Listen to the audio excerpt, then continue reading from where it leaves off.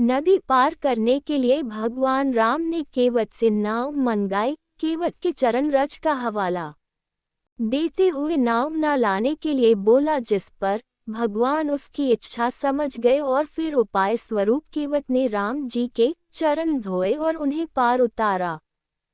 भगवान श्री राम भगवान होने के साथ साथ एक राजा भी थे और राजा के आदेश का पालन करना प्रजा का परम धर्म होता है। परंतु क्या आप जानते हैं वह प्रसंग जब राम के बार बार कहने पर भी केवट नहीं लाए नाव? अगर नहीं तो आइए हम बताते हैं आपको इस मार्मिक प्रसंग के बारे में। रामचरितमानस के अनुसार जब पिता दशरथ ने भगवान श्री राम को 14 वर्ष का वनवास दिया तो भगवान श्री राम भाई लक्ष्मण एवं पत्नी सीता के साथ अयोध्या छोड़ वन को चल दिए। परंतु रास्ते में नदी पड़ती है जिसे पार करने के लिए श्री राम केवट को बुलाते हैं। कौन थे केवट?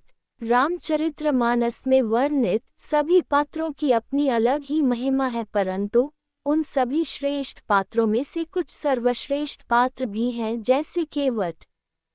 केवट को कोई पूजा पाठ यज्ञ होम आदि कुछ नहीं आता था, परंतु यह उनके मन की पवित्रता एवं पुण्य कर्मों का फल ही था जो भगवान श्री राम स्वयं चलकर उन तक पहुँचे। और फिर एक नदी के केवट ने भवसागर के केवट को नाव से गंगा के पार उतारा।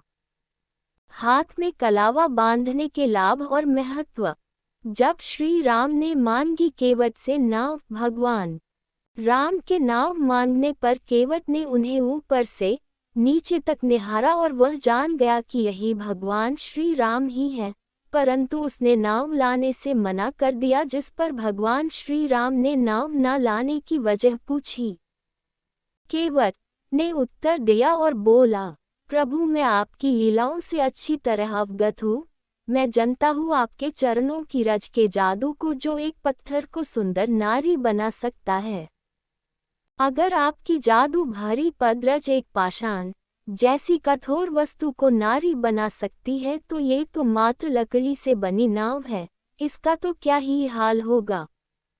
जब केवट ने बताया उपाय, ये सब सुन स्वभाव से उग्र लक्ष्मण जी क्रोधित हो केवट को डांटने फटकारने लगे, जिस पर भगवान राम ने उन्हें शांत किया और मुस्कुराकर केवट से बोले, केवटराज कोई तो उपाय होगा जिससे हमें आप पार उतार सके।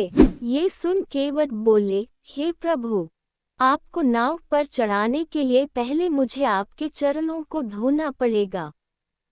केवट चाहते थे भगवान का चरण अमृत पीना। केवट के इन वचनों को सुनकर भगवान श्री राम उनकी इच्छा को समझ गए और हामी भरते हुए सीता एवं लक्ष्मण जी की ओर देखकर मुस्कुराने लगे। यह सुन केवट अत्यंत प्रसन्न हुए और उनके नेत्रों से अश्रु बहने लगे। वे जाकर एक पात्र में गंगाजल लाए और बड़े ही प्रेम से प्रभु के चरण कमल धोकर चरणामृत का पान कर कृतार्थ हुए। प्रभु के चरणामृत से उन्होंने अपने पुरखों को भी तारा एवं खुद भी मोक्ष के अधिकारी भी बन गए। केवट ने लगाया श्री राम सीता और लक्ष्मण जी को पार। इसके बाद केवट ने उन तीनों को नाव में विराजमान करा, प्रभु की रसमाधुरी का पान करते हुए उन्हें पार उतार दिया।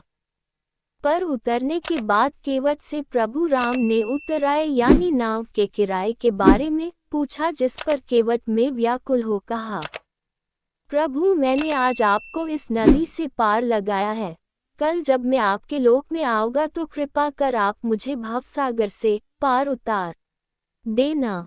ये कह भक्त और भगवान दोनों के नेत्र सजल हो उठे एवं भगवान राम और माता सीता केवट को आशीर्वाद देते हुए आगे की यात्रा पर निकले।